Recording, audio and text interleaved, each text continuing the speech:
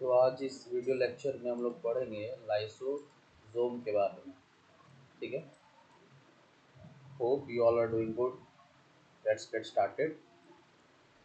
सो lysosomes भी एक cell organelle है जो कि सेल के अंदर बहुत ही इम्पोर्टेंट रोल को प्ले करता है।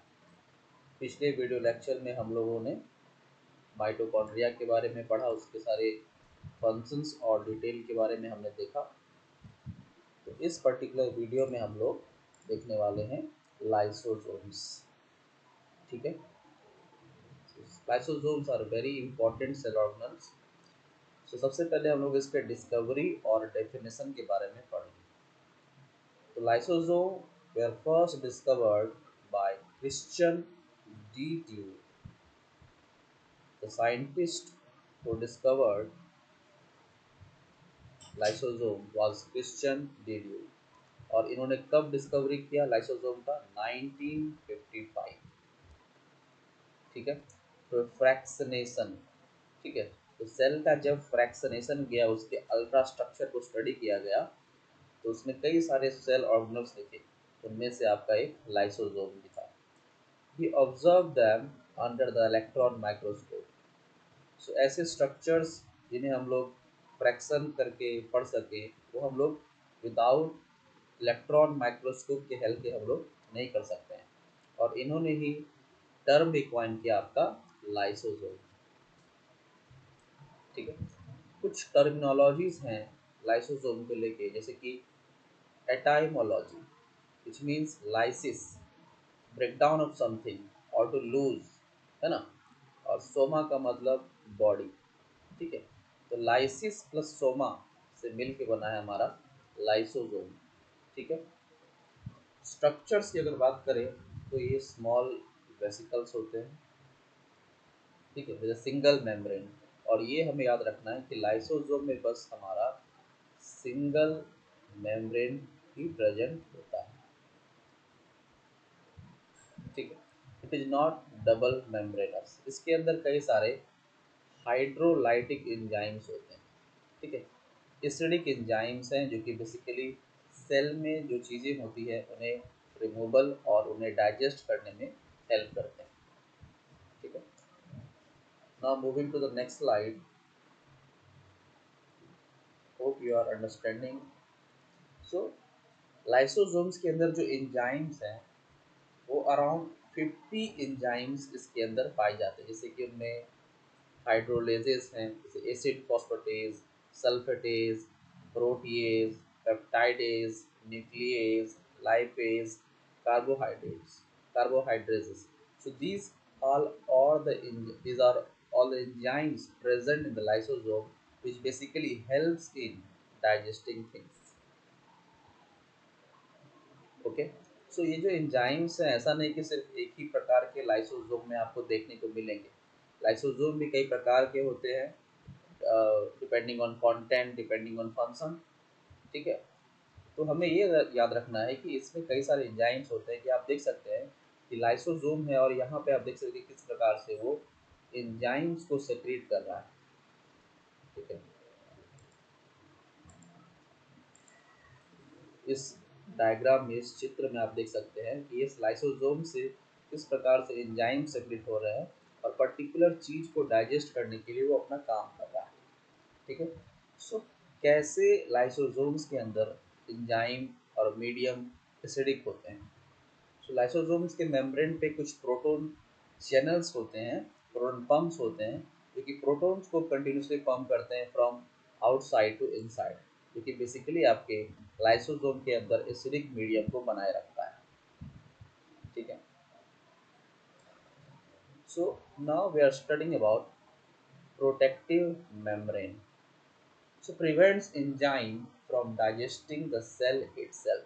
So लाइसोसोम का जो मेम्ब्रेन है, चाहे वो सिंगल मेम्ब्रेनस हो, लेकिन उसका स्ट्रॉन्ग होना जरूरी है, क्योंकि लाइसोसोम से अगर एंजाइम्स लीक कर रहे हैं तो उनके अराउंड में जो सेल ऑर्गेनल्स होंगे उनमें डाइजेशन होना स्टार्ट हो जाएगा, उनका रिमूवल स्टार्ट हो जाएगा, उनका खत्म होना स्टार्ट हो जाएगा।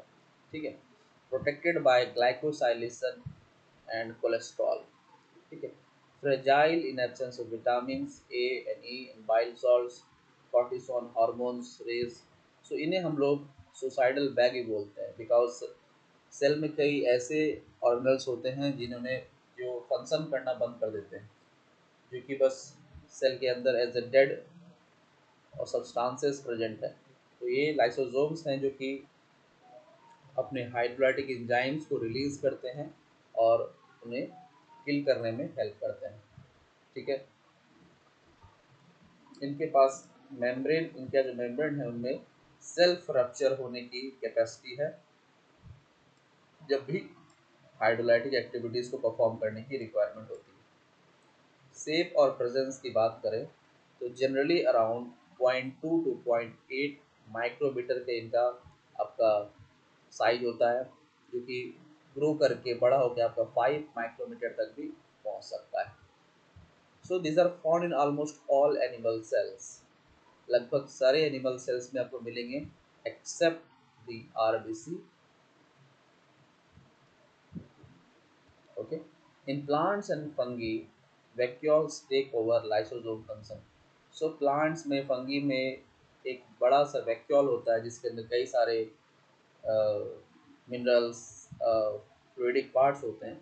वो आपका लाइसोसोम का रोल प्ले करता है प्लांट्स में और फंगी के सेल्स में। And where are these lysosomes are found, they are abundant in leukocytes।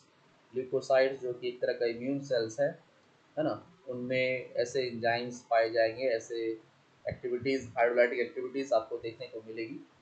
ठीक है, मैक्रोफाजेस में, कफर सेल्स में। So all these are protecting cells जो कि बेसिकली फॉरेन पार्टिकल्स को किल करता है, बैक्टीरिया को, जर्म को, है ना। तो उनमें लाइसोसोम की अमाउंट आपको देखने को ज़्यादा मिलेगी।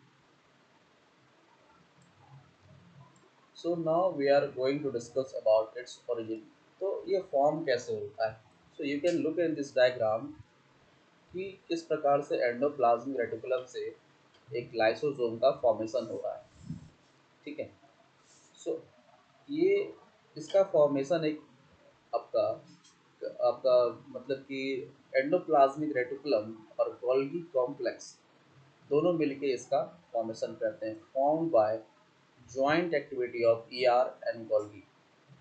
ठीक है, एंजाइम सिंथेसाइज इन रफ एंडोप्लाज्मिक रेटिकुलम, ठीक है, मॉडिफाइड इन गोल्गी, पैक्ड इनटू वेसिकल्स। तो इसके जो एंजाइम्स हैं वो रफ एंडोप्लाज्मिक रेटिकुलम सिंथेसिस करता है। ठीक है, गोल्गी के अंदर उसकी अच्छे से पैकेजिंग हो जाती है, वेसिकल्स चारों तरफ से घिर जाता है एंजाइम्स के अंदर। सपोज दी सारे एंजाइम्स उसके चारों तरफ आपका वेसिकल की कोटिंग हो जाएगी ताकि ये एंजाइम प्रॉपर तरीके से वहाँ पे प्रेजेंट हो, लीक ना हो। ठीक है, और फिर जाके आपका लाइसोसोम का फॉर्मेशन होता है।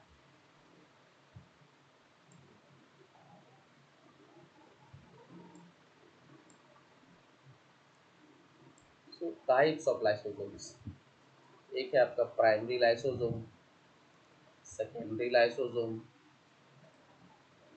Next autophagosome and autolysosome. So primary lysosome ऐसे वेसिकल्स हैं, ऐसे लाइसोसोम्स हैं जिनके अंदर एंजाइम अभी एक्टिव नहीं है ना। There are hydrolytic enzymes but they are not that active, newly pinched of vesicles from Golgi. तो ऐसे वेसिकल्स जो भी जस्ट गोल्गी से बन के आए हैं। फिर है सेकेंडरी लाइसोसोम, इन्हें हम लोग हेटेरोफैगोसोम या डाइजेस्टिव वैक्यूल के नाम से भी जानते हैं।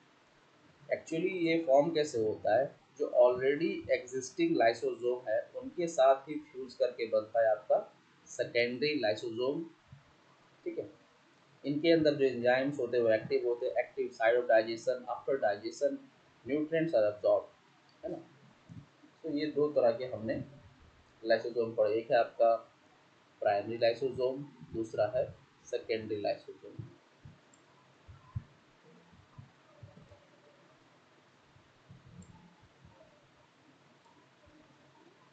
सो दो और लाइसोसोम है जो हमें पढ़ने हैं, जैसे कि आपकी रेसिडुअल बॉडीज। सो ये जो रेसिडुअल बॉडीज है इनके अंदर कंटेन इनडाइजेस्टेबल रेमिनेंट्स। तो ऐसे सब्सटेंस है जो कि डाइजेस्ट नहीं किए जा सकते, ठीक है, तो इनको एक्सोसाइटोसिस के द्वारा या ईफेजी के द्वारा बाहर किया जाता है। Sometimes remain using storage like hepatitis, Pompe, Hurler, Tay Sachs. तो इनके स्टोरेज से कई सारी बीमारियां भी होती हैं, जैसे कि हेपेटाइटिस हो गई, पॉम्पे, हर्लर्स, टेक्सैक। तो these are the disease caused by the storage of this indigestible remnants। फिर है आपका ऑटोफेजिक वैक्यूल। सो ये जो ऑटोफेजिक वैक्यूल है, इन्हें हम लोग ऑटोलाइसोसोम के नाम से भी जानते हैं, ठीक है। Digest own cells organelle during starvation. तो जब स्टारवेशन की नौबत आती है तो ये खुद के सेल्स को डाइजेस्ट करना चालू कर देते हैं। दे आल्सो परफॉर्म मेटामॉर्फोसिस और प्रोग्राम सेल डेथ। तो इन्होंने एपोप्टोसिस की कैरेक्टरिस्टिक्स भी अपना रखी है। इन्होंने ये एपोप्टोसिस भी शो करते हैं, प्रोग्राम सेल डेथ भी शो करते हैं। And they provide nutrients by digesting unnecessary damage cells.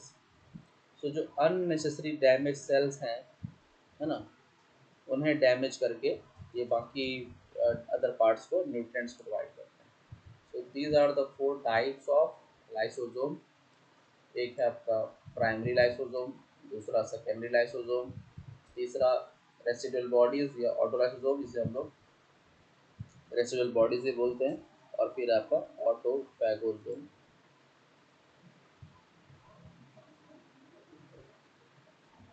So functions क्या क्या हैं लाइसोसोम के? So you can see this diagram. So एक तो एक है आपका डाइजेशन करना मटेरियल्स का, ठीक है, और सेल के अंदर जो रेमिनेंट्स हैं, सेल के अंदर जो सब्सटेंसेस हैं जो डैमेज हो चुके हैं, उन्हें उनको डैमेज करना, उनको किल करना।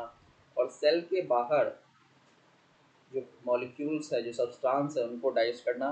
It also helps in extra cellular digestion. It also helps in intracellular digestion.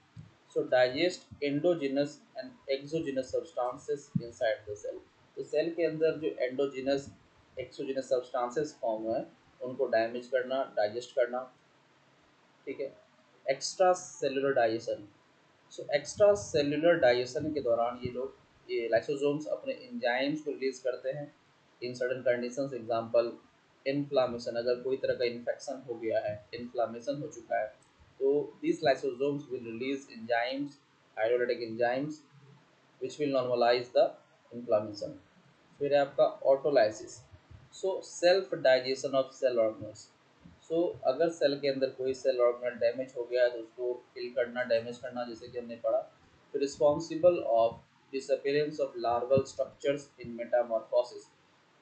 तो डेडपोल का टेल हो या ह्यूमन बींग्स में जब हम लोग ड्यूरिंग आवर डेवलपमेंट हम लोग यूट्रस में प्रेजेंट रहते हैं in the form of foetus, तो हमारे जो डिजिट्स होते हैं, लिम्स के डिजिट्स जो होते हैं, वो आपस में अटैच होते हैं। तो उनके बीच जो सेल्स होते हैं उनको किल करना, ऑटोलाइसिस करना, ये सारी चीज़ों में ये हेल्प करते हैं। फैगोसाइटोसिस। सो अमीबा एक यूनिसेलुलर प्रोटोजोआ है। तो जब वो फूड पार्टिकल को इनगल्फ करता है तो ये जो उनके जो फूड वैक्यूल्स होते हैं वो लाइसोसोम के साथ फ्यूज करते हैं, ताकि फूड वैक्यूल के अंदर जो फूड है लाइसोसोम के द्वारा उसके एंजाइम्स उसके फूड का प्रॉपर तरीके से डाइजेशन कर सके। तो ये it also helps in phagocytosis, engulfing and digestion of external particles. फिर है removal of obstructions। so help remove blockage inside cells, ठीक है। सेल्स के अंदर किसी प्रकार का ब्लॉकेज हो गया है, अगर उसे रिमूव करना है, अगर वो सेल के अंदर कुछ ऑब्स्ट्रक्शंस को काउज करना है, तो उनको भी वो डैमेज करेंगे, उनको भी वो वहाँ से हटाएंगे, ठीक है। Destruction of cells, break down of age और डेड सेल्स। सेल के अंदर कई सारे ऑर्गेनल्स या कई सेल है जो कि अब सेनेसेंस में पहुंच चुका है, वो डेड हो चुका है, प्रॉपर तरीके से फंक्शन परफॉर्म नहीं कर पा रहा है, ठीक है, तो उसका वो डिस्ट्रक्शन में भी हेल्प करेंगे, ठीक है। Recycling of cellular material. So जो यूजफुल कंपोनेंट्स है उसे रिसाइकल करने में भी हेल्प करते हैं। And storage diseases, effective lysosomal function causes. तो लाइसोसोम के अंदर जो एंजाइम्स है उनका प्रॉपर स्टोरेज, उनका लीकेज नहीं होना चाहिए, प्लस उनके जो एंजाइम्स हैं वो फंक्शनल फॉर्म में होने चाहिए। अगर उनके एंजाइम्स फंक्शन नहीं रहेंगे तो उनसे उनके नॉन फंक्शनल एक्टिविटी से कई सारे डिजीजेस का भी सामना करना पड़ सकता है। ठीक है, अगर लाइसोसोम के एंजाइम्स फंक्शन नहीं करेंगे तो जो अननेसेसरी सब्सटेंस है, रेमिनेंट्स हैं, वो सेल में जमा हो जाएगा, जिसकी वजह से it will lead to many diseases.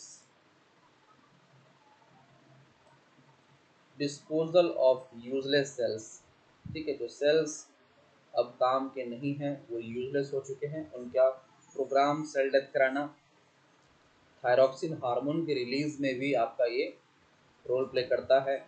Cell division, help release inhibitors of mitosis, cell division के दौरान इनहिबिटर्स को रिलीज करना, प्रोग्राम सेल डेथ कराना। ठीक है, और जेनेटिक चेंजेस में induce genetic material release during some conditions. So कुछ जेनेटिक मटेरियल्स में भी ये चेंजेस लेकर आते हैं, डीएनए में, न्यूक्लिक एसिड में, आरएनए में। ठीक है, में induce genetic material during some condition. So these are the functions of lysosome. तो सबसे पहले हमने लाइसोसोम का इंट्रोडक्शन पढ़ा, उसकी डिस्कवरी, डेफिनेशन, उसको लेकर कुछ टर्मिनोलॉजीज को डिस्कस किया। आप देख सकते हैं किस प्रकार से इस मेम्ब्रेन के अंदर, लाइसोसोम के अंदर हाइड्रोलाइटिक एंजाइम्स प्रेजेंट हैं। फिर हम कुछ कुछ एंजाइम्स को याद भी रख सकते हैं, जैसे कि एसिड फॉस्फेटेज, सल्फेटेज, प्रोटीएज। जैसे प्रोटीज एंजाइम है, ये आपके प्रोटीन के डाइजेशन में हेल्प करेगा। पेप्टिडेज, पेप्टाइड्स के डाइजेशन में हेल्प करेगा। न्यूक्लियस, न्यूक्लिक एसिड को डाइजेस्ट करने में हेल्प करेगा। लाइपेज, फैट को डाइजेस्ट करेगा। कार्बोहाइड्रेसेस, कार्बोहाइड्रेट्स मॉलिक्यूल्स को डाइजेस्ट करने में हेल्प करेगा। ठीक है,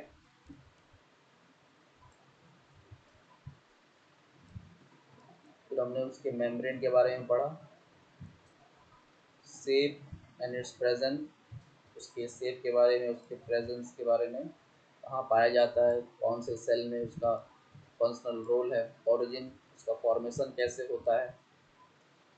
फिर हमने पढ़ा types of lysosomes, primary lysosome, secondary lysosome, residual bodies, autophagosome, these are the types of lysosome.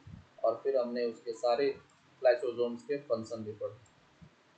Hope आपको ये वीडियो लेक्चर पसंद आया हो। Thank you.